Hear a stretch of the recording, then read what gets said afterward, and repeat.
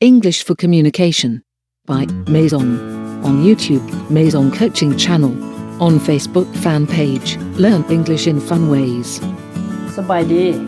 พบกับข้าพเจ้าไม่ส่งตรงนามวงศ์ข้าพเจ้าอยากชวนทุกท่านเนาะที่สนใจมาเรียนภาษาอังกฤษนำกันเนาะซึ่งข้าพเจ้าตั้งโครงการหรือว่าโปรแกรมตัวนี้ว่า English for Communication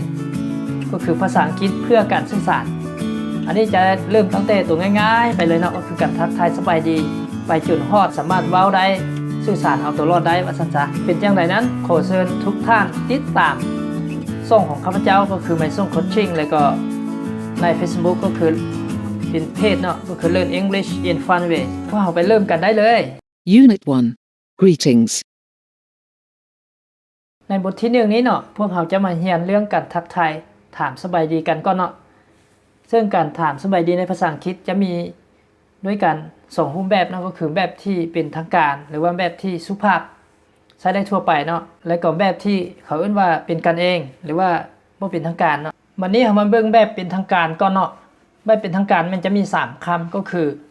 Formal. Good morning. Good afternoon. Good evening. ซึ่ง3คำนี้เนาะจะใช้ต่างกันนิดนึงก็คือว่าคำว่า good morning คำนี้นะจะใช้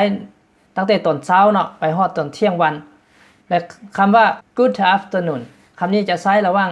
ตอนเที่ยงวันเนาะเข้าไป5 โมงแรงหรือว่า17 โมงนั่นเองเนาะแล้วก็คำว่า good evening คำนี้จะใช้ระหว่าง17 โมงแรงไปเป็นต้นไปฮอดตอนเฮาสิไปนอนเนาะจะแนะนำวิธีออกเสียงหน่อยนึงเนาะวิธีการออกเสียงในภาษาอังกฤษเราต้องเน้นเสียงตัวทางท้ายตัวที่ลงท้ายให้หลายนิดนึงเนาะเวลามันไปพบกับคำต่อไปที่เป็นสระเนาะมันจะลิงก์กันเนาะก็คือตัวอย่างก็คำนี้ good afternoon ถ้าเราเว้าเป็นคำ good afternoon good afternoon good afternoon เดี๋ยวเว้าไปไวขึ้นเนาะมันจะเป็น good up เนาะ good afternoon มันจะเป็นว่า good afternoon good afternoon เห็นบ่และคำนี้ก็เหมือนกันตัวดีนี่เนาะ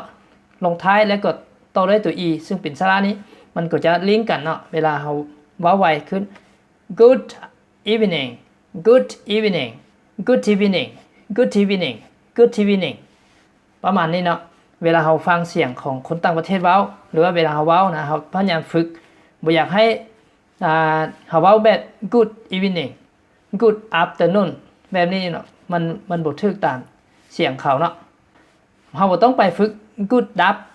good deep เนาะเราไปฝึกแบบให้มันออกเสียงทางท้ายแล้วมันก็จะได้อัตโนมัติเนาะ good afternoon good afternoon good evening good evening เห็นบ่เราออกเสียงทางท้ายแล้วมันจะได้เองเนาะวันนี้เนาะถ้าว่าเราเห็นหมู่เพื่อนเราหรือว่าเราเห็นคนที่เรารู้จักเรารู้ชื่อเขาแล้วนะเราสามารถใส่ชื่อเขาเจ้าไปตามหลังคำว่าสบายดีตอนเช้าตอนสวยตอนแรงนี่ได้เนาะแต่ว่าถ้าเป็นแบบสุภาพเราต้อง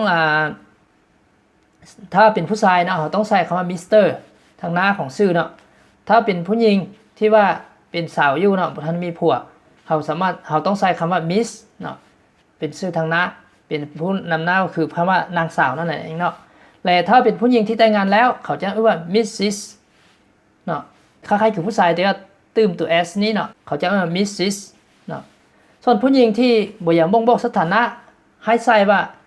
Miss เนาะตัวนี้จะใช้ได้ทางผู้หญิงที่เป็นสาวแล้วก็ผู้หญิงที่ว่าแต่งงานแล้วเนาะแต่ว่าบ่อยากบอกว่าเขาแต่งงานหรือยังเนาะเขาก็ใช้คำว่า Miss เนาะตัวนี้ได้เลยมานี่เรามายกตัวอย่างรูปนี้เนาะประโยคที่1นี้เนาะ Good morning, Mr. John. สบายดีตอนเช้า John เนาะแล้วก็ต่อคำนี้ Good afternoon, Miss Suk Somjai. สบายดีตอนบ่ายนางสาวสุขสมใจ Good evening, Mrs. June. สบายดีตอนแรงนางจุนตัวนี้เราบ่งบอกว่ามีผัวแล้วเนาะวันนี้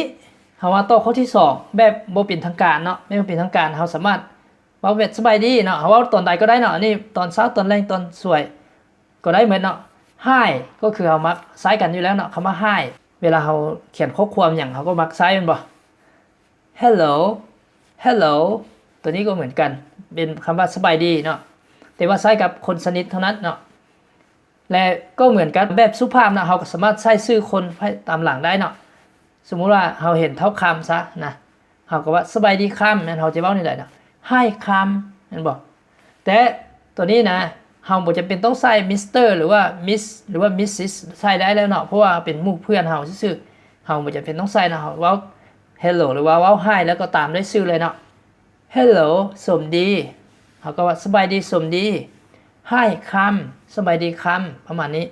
เฮาสามารถเว้าได้เลยเนาะและเวลาทักทายกันเนาะเวลาหมู่ทักทายเฮามาเฮาก็ต้อง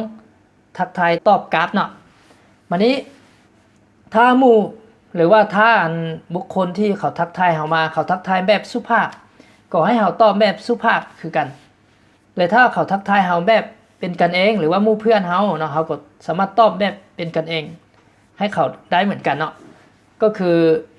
เส้นตัวอย่างรูปนี้เนาะก็คือจอห์นนี่เนาะจอห์นก็ว่า Good morning Miss Linda สบายดีตอนเช้านางสาวลินดา